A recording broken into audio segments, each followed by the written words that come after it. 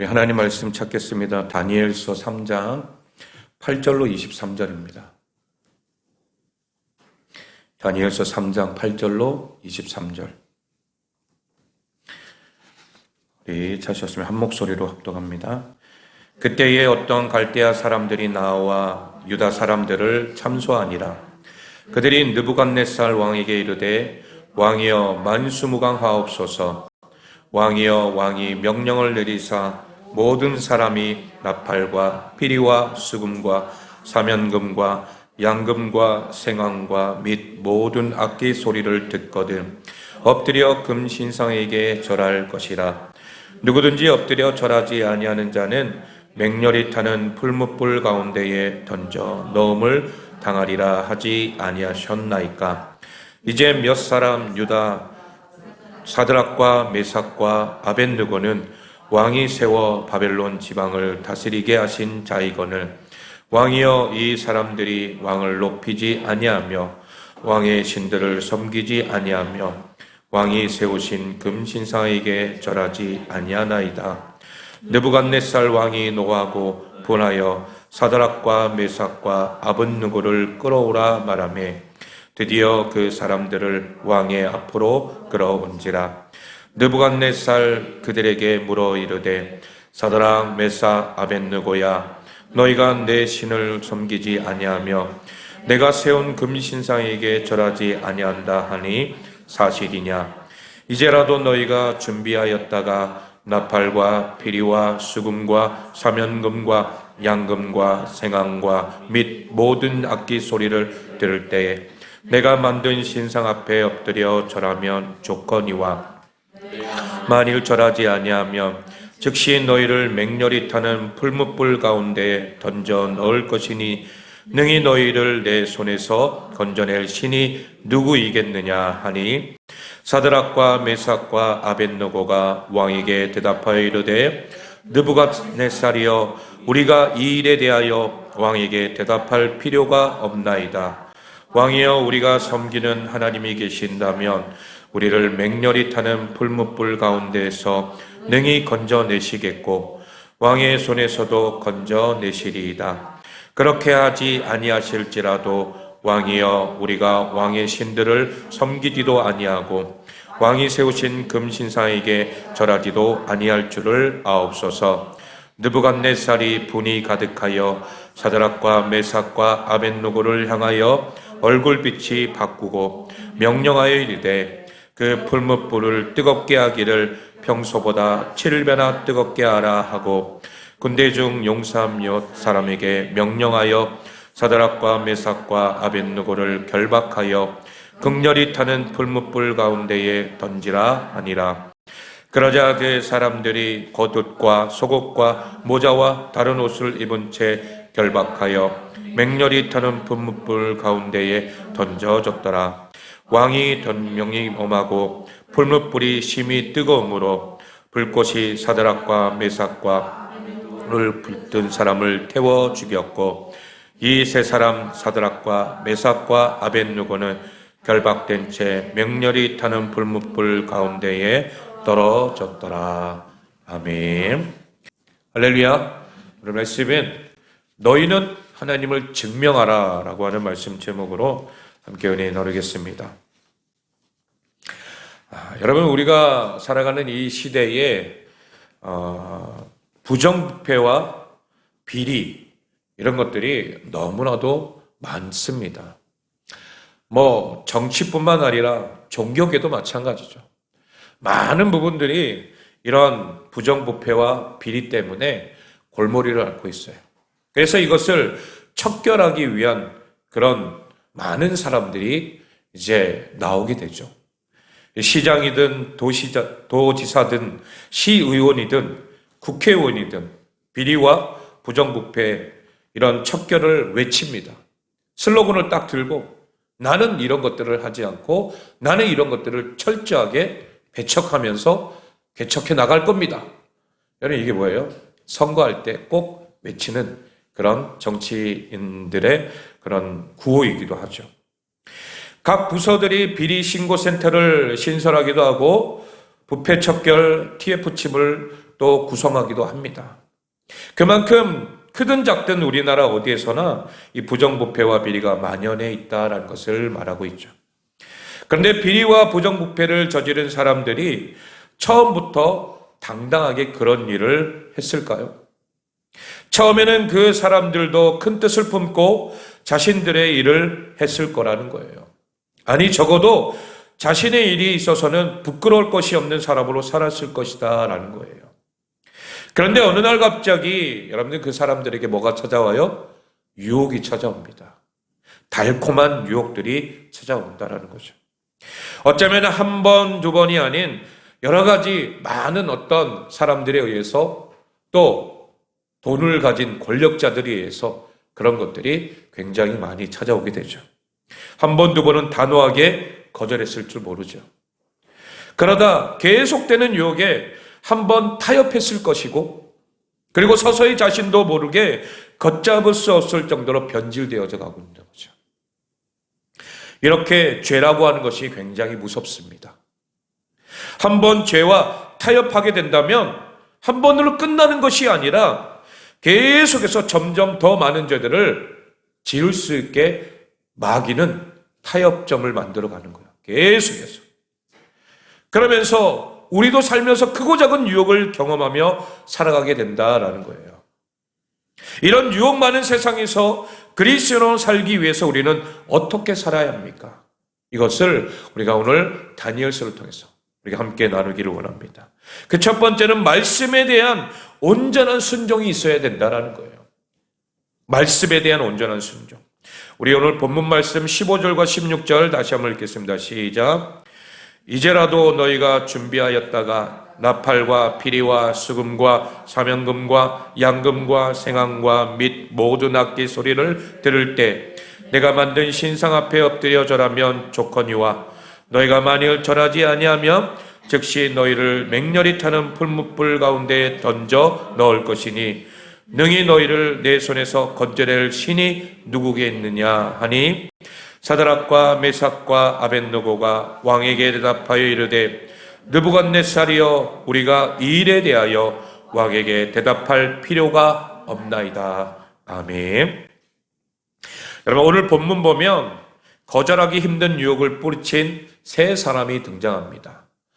전면전에 다니엘은 보이진 않지만 그러나 이 다니엘의 세 친구들은 확실하게 등장하죠. 근데 여러분, 다니엘도 그 자리에 있을 수도 있는 거예요. 기록에는 없지만은 그러나 그래도 이 다니엘과 세 친구들은 항상 신앙 안에서 하나님을 섬기며 믿음으로 살고자 했던 그런 하나님의 사람들이었기 때문이죠. 그런데 오늘 본문에 거절하기 힘든 유혹을 뿌리친 이 세 사람, 어찌 보면 바벨론의 느부갓네살 왕은 두라 평지에 30m의 높이의 커다란 금신상을 만들었다라는 거예요. 그리고 모든 관직에 있는 사람들을 불러 모아서 그 형상에다 뭐하도록? 절하도록 그렇게 명령을 합니다. 그리고는 절하지 않는 자들은 다 풀문불에 던져넣겠다 엄포를 합니다. 그런데 다니엘의 세 친구 사드락과 메삭과 아벳느고는 왕의 명령을 들어요, 안 들어요? 듣지 않습니다. 그 신상에게 절하지 않는 거예요. 모든 공직자들이 무릎을 꿇고 절할 때에 여러분, 이 세 사람만 뻣뻣하게 서 있다 한번 생각해 보세요. 눈에 띌까요, 안 띌까요? 확실하게 눈에 띄죠. 그러니 이 사람들을 질투하던, 평소에 질투하던 이 바벨론의 공직자들이 왕에게 가서 그들이 절을 하지 않는다라고 고발합니다. 그러니 느부갓네살 왕은 화가 많이 나서 그들을 잡아오라고 하죠. 그리고는 왕의 명령을 어겼으니 이 세 사람을 즉시 풀무불에 던져 넣어라. 그런데 여러분, 다시 한번 기회를 주는 거죠. 너희들이 이 시간 저 앞에 고개만 까딱 절을 한다면 내가 너를 풀무불에 넣지 않겠다. 이 땅의 왕은 내다. 마지막 기회야. 딱 한 번만 절하면 내가 살려줄게. 딱 한 번만 절하면 지금 누리는 것들을 내가 계속 누릴 수 있게 해줄게. 여러분, 다니엘과 세 친구들은 어릴 때부터 선택받은 자들이었어요. 그래서 이 바벨론의 모든 문물들을 다 배우고 그렇게 자라왔던 어떤 엘리트였던 거죠. 그러니 이들을 당장 죽인다 그러면 어떻게 보면 그동안 키워왔던 것들을 한순간에 버리는 것과 같이 되기 때문에 여러분 아까울 수도 있는 거잖아요. 그래서 어떻게 하든지 이들을 살려보기 위해서 유혹하는 거예요. 너희를 도와줄 수 있는 존재는 나밖에 없어. 얼마나 어떻게 보면 이게 설득 있는 말입니까? 왕이 그렇게 말하대요. 왕이 아끼니까 그래도 그런 말을 하게 되는 거죠. 그런데 느부갓네살이 한 이 말은 우리도 이 세상을 살면서 어렵지 않게 들을 수 있는 말이에요. 눈 감고 딱 한 번만 해. 그러면 더 많은 돈을 벌 수 있어. 믿음도 좋지만 먼저 살고 봐야지. 현실을 봐봐. 이것밖에 방법이 없어. 나도 장로야. 나도 권사야. 나도 안수집사야. 나도 신앙생활하는 사람이야. 라고 그렇게 말하면서 남들도 다 하는데 어때? 라고 그렇게 말할 때가 있다라는 거예요. 여러분, 이런 유혹들이 우리 주변에 간혹 있을 수 있다라는 거예요. 이 직장 안에서도 이런 말씀 드리기 참 마음이 아프지만 공직자, 교회 안에서 어떤 직분을 맡고 있는 장로님이라든지 그런 분들이 다 하는 거예요. 그러면서 나도 하는데 어때? 너도 해. 이럴 때가 있다래요.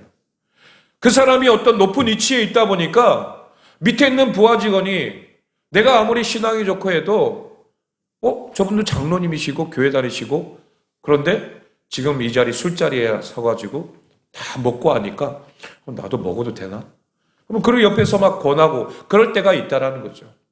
괜찮아. 여러분 이런 말들에 굉장히 유혹이 될 때가 있다라는 거죠.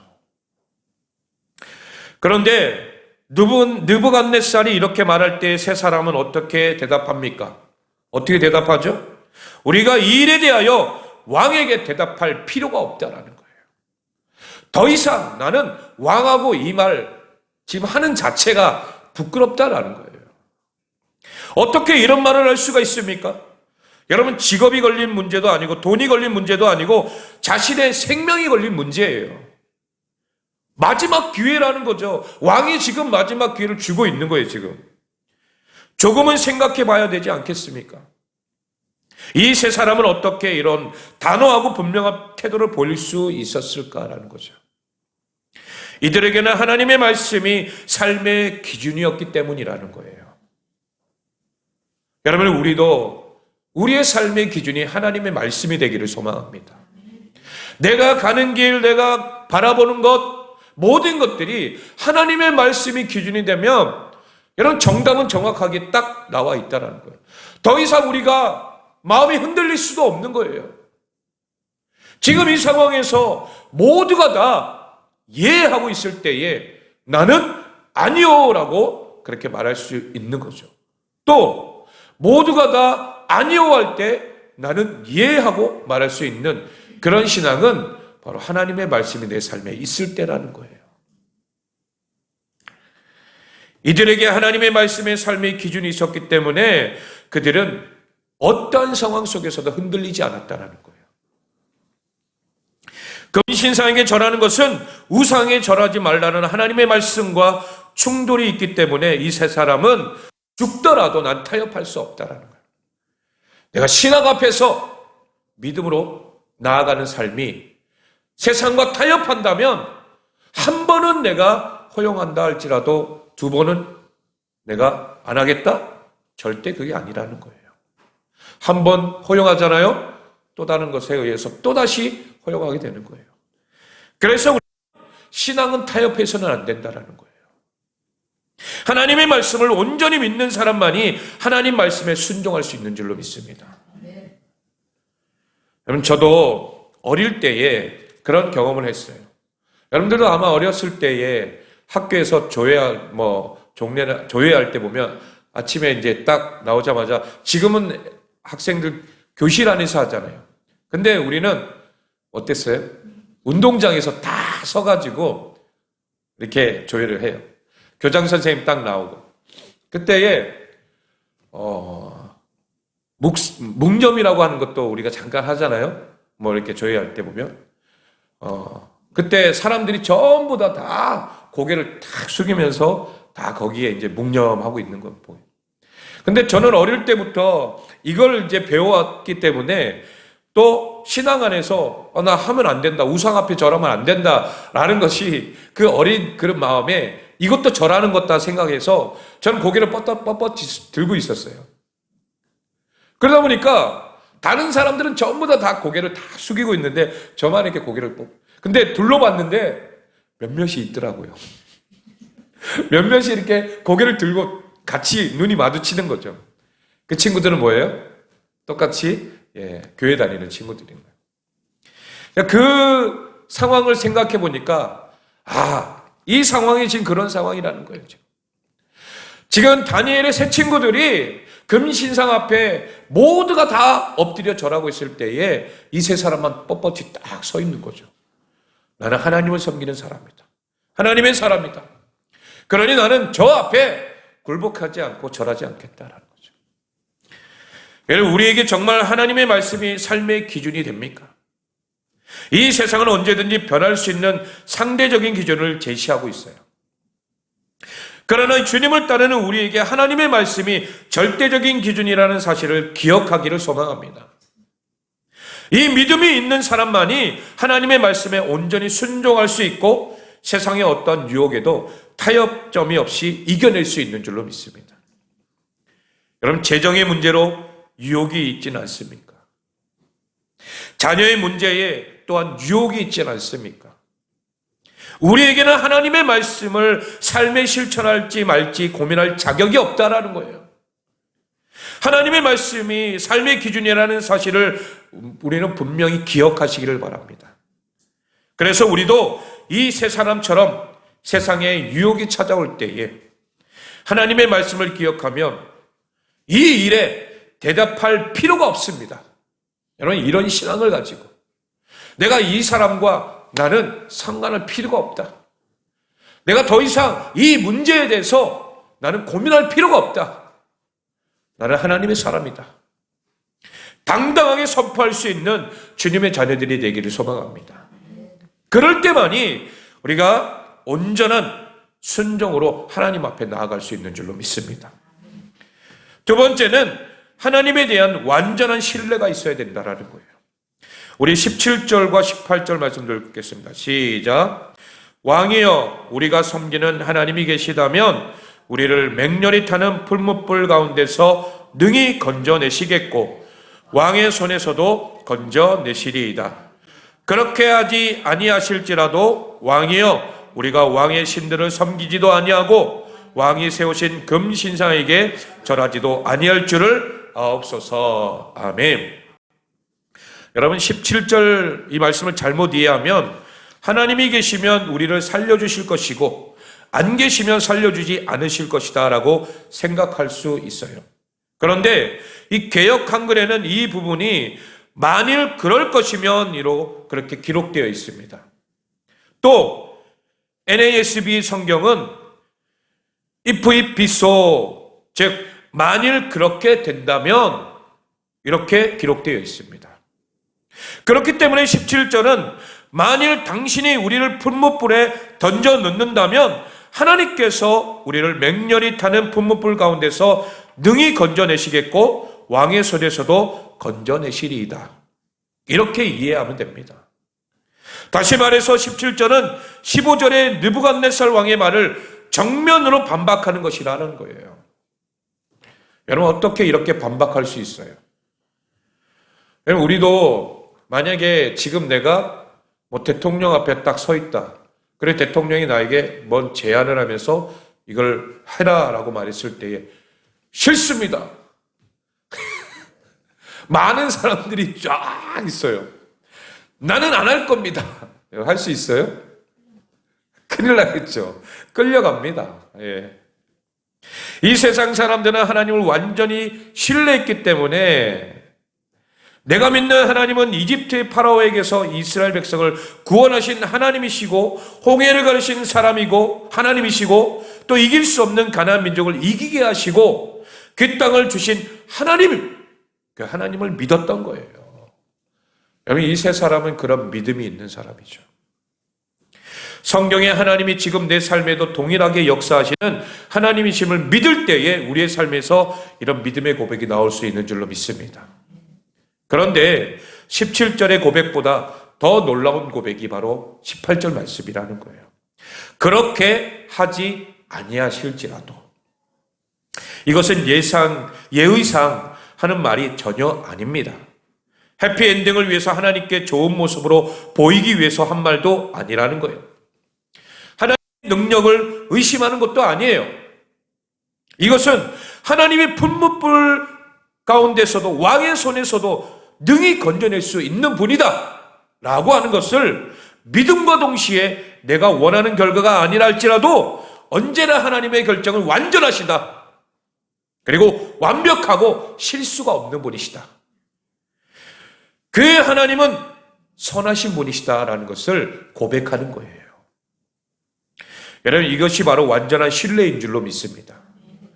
하나님을 이렇게 신뢰하니까 여러분, 하나님이 이 세 사람을 가만히 내버려 두겠어요? 아니죠. 지켜주시는 거예요. 지금 풀무불을 7배나 더하라 그랬어요. 왕이 화가 나가지고. 그러니 그 뜨거운 불이 이 세 사람을 집어넣으려고 했던 그 사람들까지 다 죽게 되는 그런 상황까지 되게 되죠. 여러분, 이런 상황 속에 하나님이 지켜주시는 그 은혜가 이 세 사람에게 있으니 얼마나 놀라운 은혜입니까? 지금 여러분들은 어떤 문제로 기도하고 있어요? 자녀의 문제, 재정의 문제, 질병의 문제. 왜 이거는 우리가 이 땅을 살아가면서 끊임없이 우리에게 주어지는 문제들이에요. 기일 내에 결과가 나와야 하기에 하나님을 압박하고 있지는 않습니까? 기도한다는 것은 하나님께 문제를 맡긴다라는 거예요. 이것은 방법도 기한도 결과도 다 누구에게 맡기는 거예요? 하나님께 맡기는 거예요. 이것은 하나님의 능력을 의심하는 것이 아니라 하나님을 완전히 신뢰하는 것입니다. 성경의 하나님이 내 하나님이심을 믿으시기 바랍니다. 하나님은 언제나 선하시고 그분의 결정은 언제나 완벽하다. 여기에 의심이 없기를 소망합니다. 그러면 하나님이 우리의 삶을 반드시 선한 길로 인도해 주실 줄로 믿습니다. 믿음으로 여러분의 삶 속에 하나님의 일하심을 목도하는 우리 모두가 되시길 주님의 이름으로 축복합니다. 마지막 결론입니다. 문제는 여전히 문제로 남아있고 상황은 점점 더 안 좋아진다고 할지라도 하나님의 말씀에 대한 온전한 순종이 있고 하나님에 대한 완전한 신뢰가 있을 때에 우리는 유혹에 넘어가지 않고 타협에 넘어가지 않는 줄로 믿습니다. 혹시 지금 죄의 유혹에 넘어간 문제가 있습니까? 아니, 나의 자녀와 내 삶에 타협하고 있는 문제는 없습니까? 하나님을 신뢰하고 말씀에 순종하기 위해서 죄의 유혹과 타협을 끊어내면 어떨 때는 손해볼 수도 있어요. 후회할 수도 있어요. 그런데 분명한 것은 그때부터 여러분들이 예상하지 못한 방법으로 하나님께서 일하실 줄로 믿습니다. 내가 원하는 게 아니라 하나님께서 일하시는 방법이 분명히 있다는 거예요. 우리의 인간된 생각으로는 이렇게 해야 되는데 또 이런 방법으로 이렇게 돼야 되는데 그러나 때로는 우리가 그렇게 하지 않을 때 손해보고 후회할 때도 있지만 그러나 하나님의 방법은 완전한 줄로 믿습니다. 그렇기 때문에 그 상황 속에서도 우리가 실망하지 않고 좌절하지 않는 거예요. 낙심하지 않는다는 거죠. 하나님은 언제나 선하시고 그분의 결정은 언제나 완벽하다고 하는 믿음으로 모든 유혹과 그 타협, 이 모든 것들을 거절하면서 하나님의 뜻을 이루어갈 수 있는 주의 자녀들이 되기를 소망합니다. 사순절 기간이에요. 특히 악한 마귀는 이 사순절 기간에 우리를 넘어뜨리려고 해요. 예수님과 가까이 하지 못하도록, 주님을 더 생각하지 못하게 계속해서 유혹하게 있어요. 그때 우리가 이 말씀을 생각하면서 다니엘과 세 친구들은 이 상황 속에서 내가 믿고 신뢰하는 하나님, 그 하나님이 지금도 살아계시고 나와 함께 하시기 때문에 나를 가만히 내버려 두지 아니하시고 반드시 나를 지켜주시고 보호해 주실 것이다. 그 믿음 안에서 결단하며 나아가게 될 줄로 믿습니다. 오늘 우리가 이 말씀 붙잡고 한 주간도 믿음으로 승리하는 복된 주의 자녀들 되시길 예수 그리스도의 이름으로 축원합니다.